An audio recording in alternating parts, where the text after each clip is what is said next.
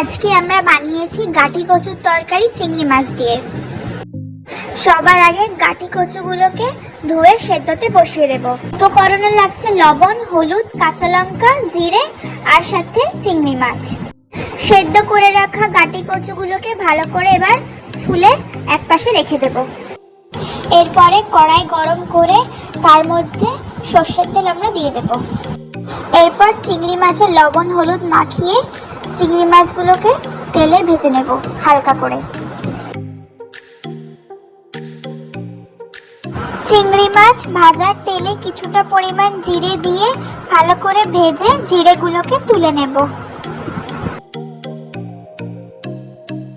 আবারও কড়াইতে সর্ষের তেল দিয়ে কিছুটা কাঁচা লঙ্কা দিয়ে তারপর কাঁচা লঙ্কাগুলোকে ভেজে আমরা উঠিয়ে নেব।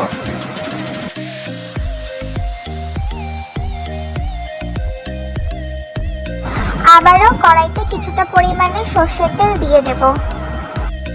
তারপর কিছুটা জিরে ফোড়ন দিয়ে এরপর গাটি কচুগুলোকে হলুদ মাখিয়ে সর্ষের তেলের মধ্যে দিয়ে দেব।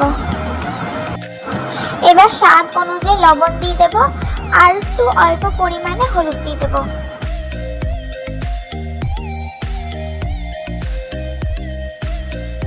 ব্যাস, এবার নাড়িয়ে চাড়িয়ে কচুর মধ্যে পরিমাণ মতন জল দিয়ে দেব। এরপর ভেজে রাখা লঙ্কাগুলোকে বেটে নিলাম।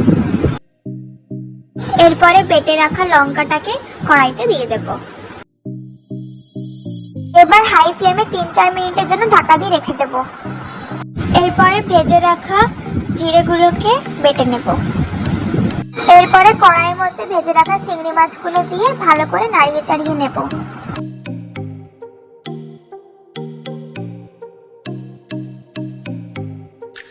এইবার সবশেষে ভেজে রাখা জিরে বাটা দিয়ে তরকারিটা আমরা নামিয়ে নেব। আমার পছন্দের একটি রান্না তোমাদের সাথে শেয়ার করলাম।